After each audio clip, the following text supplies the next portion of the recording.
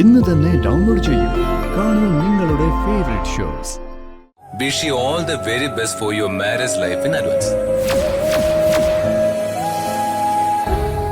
പ്രീതിക മാഡത്തിന്റെ വിവാഹത്തിന് രാജുവിന്റെ എല്ലാ മംഗളാശംസകളും.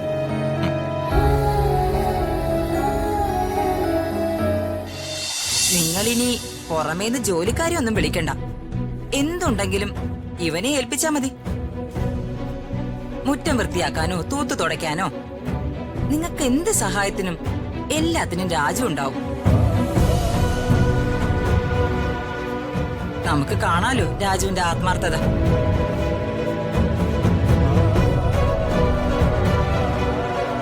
അംബിക മേഡം പറഞ്ഞാ മതി, എന്തുവേണം ചെയ്യാം.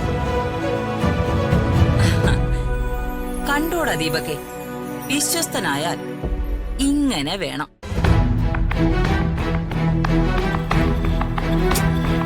നമ്മുടെ വീട്ടിലൊരു നായ ഉണ്ടായിരുന്നല്ലോ. അതിന് 3 നേരം ആഹാരം കൊടുത്താൽ അത് കഴിച്ചിട്ട് എവിടെയെങ്കിലും പോയി കിടക്കും. നമ്മൾ വരുമ്പോ എണീറ്റ് നിന്ന് വാലാട്ടും. അല്ലാതെ എന്തെങ്കിലും ഒരു പണി ചെയ്യൂ. നമ്മളൊരാളെ ജോലിക്ക് നിർത്തുന്നുണ്ടെങ്കിൽ ഇങ്ങനൊരാളെ നിർത്തണം. 3 നേരം ആഹാരം കൊടുക്കുന്നുണ്ടെങ്കിലേ നായക്കല്ല, ഇങ്ങനെ ഒരുത്തന് കൊടുക്കണം.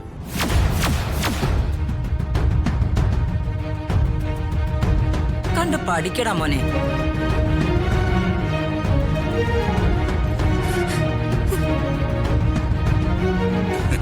എനിക്കതിന്റെ ആവശ്യമൊന്നും ഇല്ല അമ്മേ. അത് ശരിയാ.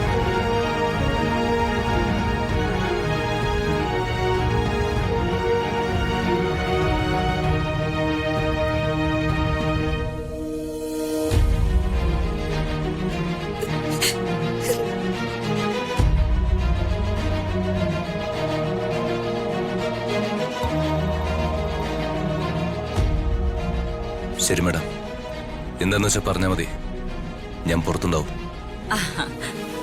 നീ പുറത്തു പോയി നിന്നോ. ഇനി നിന്റെ സ്ഥാനം ഈ വീടിന് പുറത്തായിരിക്കും.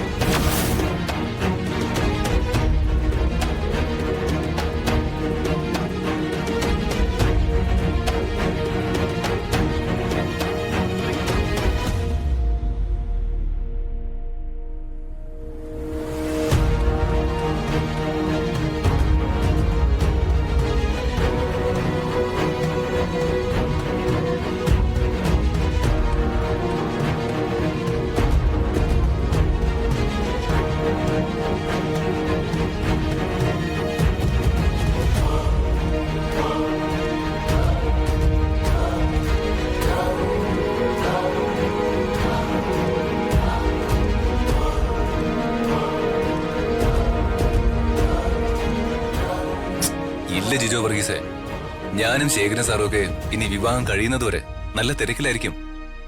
എൽവിൻ രാജൻ ജിജോ വർഗീസും കൂടി ഇലക്ഷന്റെ കാര്യങ്ങളൊക്കെ ധൈര്യമായിട്ട് നോക്കി നടത്തിക്കോ. 1-2 ദിവസത്തെ കാര്യമല്ലേ ഉള്ളൂ. ആ ആ ഒരു മിനിറ്റ്, എനിക്കൊരു കോള് വരുന്നുണ്ട്, ഞാൻ അങ്ങോട്ട് വിളിക്കാം. ഹലോ, ഇവന്റ്സ് ആണോ?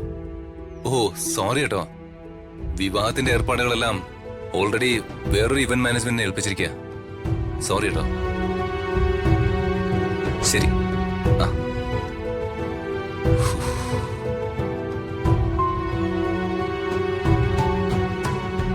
ദൈവമേ, ഋതിക മാഡം.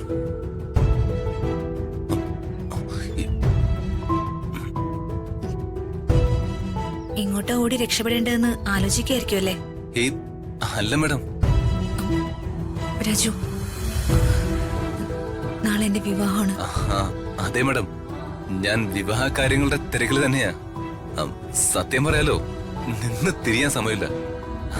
എല്ലാ കാര്യത്തിലും എന്റെ ഒരു ശ്രദ്ധ വേണമെന്ന് എല്ലാവരും ഇങ്ങനെ വാശി പിടിച്ചാലേ ഞാൻ ഒറ്റയ്ക്ക് ഇതൊക്കെ എങ്ങനെ ചെയ്തു തീർക്കാനാ മാഡം? ഇപ്പൊ തന്നെ ആകെ ടയർഡാ. അതെയോ? ആ അതെ. രാജു, നീ എന്താ ഇങ്ങനെ? നിന്റെ മനസ്സിൽ യാതൊരു വിഷമവും ഇല്ലേ? അമ്മായി നിന്നെ ഇൻസൾട്ട് ചെയ്ത് എല്ലാവരുടെ മുന്നിൽ വെച്ച് ഒരു മാനുഷിക പരിഗണന പോലും തരാതെ നിന്നോട് സംസാരിച്ചിട്ടും യാതൊരു കൂസലും ഇല്ലാതെ നീ അങ്ങനെ ഇവിടെ വന്ന് നിന്നു. എനിക്കിതിന് എങ്ങനെ കഴിയുന്നു രാജു? ഒരാൾക്ക് ആരൊക്കെ എന്തൊക്കെ പറഞ്ഞാലും അതൊന്നും മനസ്സിലാവില്ലെന്ന് വെച്ചാ. ഞാൻ സങ്കടത്തോടെ സംസാരിച്ച അത് നിനക്ക് മനസ്സിലാവില്ല. എന്റെ പ്രണയം അതും നിനക്ക് മനസ്സിലാവില്ല. ദീപക് മനഃപൂർവ്വം നിന്നെ കുഴപ്പത്തിലാക്കിയ അത് നീ കാര്യാക്കില്ല. അമ്മായി എല്ലാവരുടെ മുന്നിൽ വെച്ച് ഇൻസൾട്ട് ചെയ്താലും നീ ഇത് മൈൻഡ് ചെയ്യില്ല. എന്താ രാജു ഇങ്ങനെ? നീ എന്താ ഇങ്ങനെ ആയിപ്പോയെ? ഞാൻ ഇങ്ങനെയാ മാഡം. ഞാൻ മാത്രമല്ല, പട്ടിണിയും പ്രാരാബ്ധമുള്ള എന്റെ പ്രായത്തിലുള്ള എല്ലാ ചെറുപ്പക്കാരും ഇങ്ങനെയാ. ഞങ്ങൾക്ക് ഒരു പരിധിയിൽ കൂടുതൽ സന്തോഷിക്കാനോ അഭിപ്രായം പറയാനോ ഒരു പ്രശ്നത്തിൽ ഇടപെടാനോ എന്തിന്? ജോലി ചെയ്യുന്നിടത്ത് ഒരു അപമാനം ഉണ്ടായ അതിന് പ്രതികരിക്കാനോ കഴിയില്ല. അത് ഞങ്ങളുടെ തലയിലെഴുത്താ. ദൈവം തലയിലെഴുതിയിരിക്കുന്നത് ആർക്കും മായ്ക്കാനാവില്ലല്ലോ. ഞങ്ങൾക്ക് ആഗ്രഹിക്കാൻ യോഗ്യതയില്ല. ആഗ്രഹിച്ച തുറന്നു പറയാൻ അനുവാദമില്ല. ഇനി തുറന്ന് പറയേണ്ടി വന്നാലോ? ഒരിക്കലും നടക്കാത്ത കാര്യങ്ങൾ സ്വപ്നം കണ്ട് നിരാശനാവുന്നതിനേക്കാൾ നല്ലതല്ലേ മാഡം? അവന്റെ പരിധിയിൽ നിന്നുകൊണ്ട് സാധാരണക്കാരൻ അവന്റെ സാധാരണ ജീവിതം ഉള്ള സന്തോഷത്തില് അനുഭവിച്ചു തീർക്കുന്ന.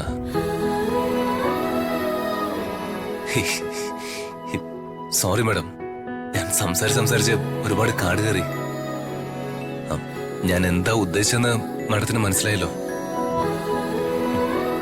ഞാനൊരു സാധാരണ കുടുംബത്തിൽ ജനിച്ച ഒരു സാധാരണക്കാരനാ.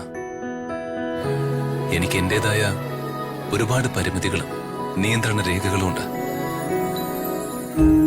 അതിനുള്ളിൽ നിന്ന് എനിക്കിപ്പോ ശീലമായി. ഞാനിപ്പോ കംഫർട്ടബിളാ.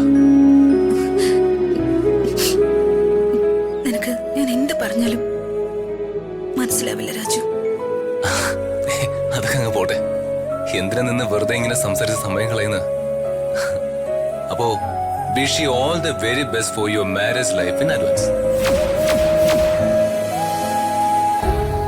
പ്രീതിക മാഡത്തിന്റെ വിവാഹത്തിന് രാജുവിന്റെ എല്ലാ മംഗളാശംസകളും.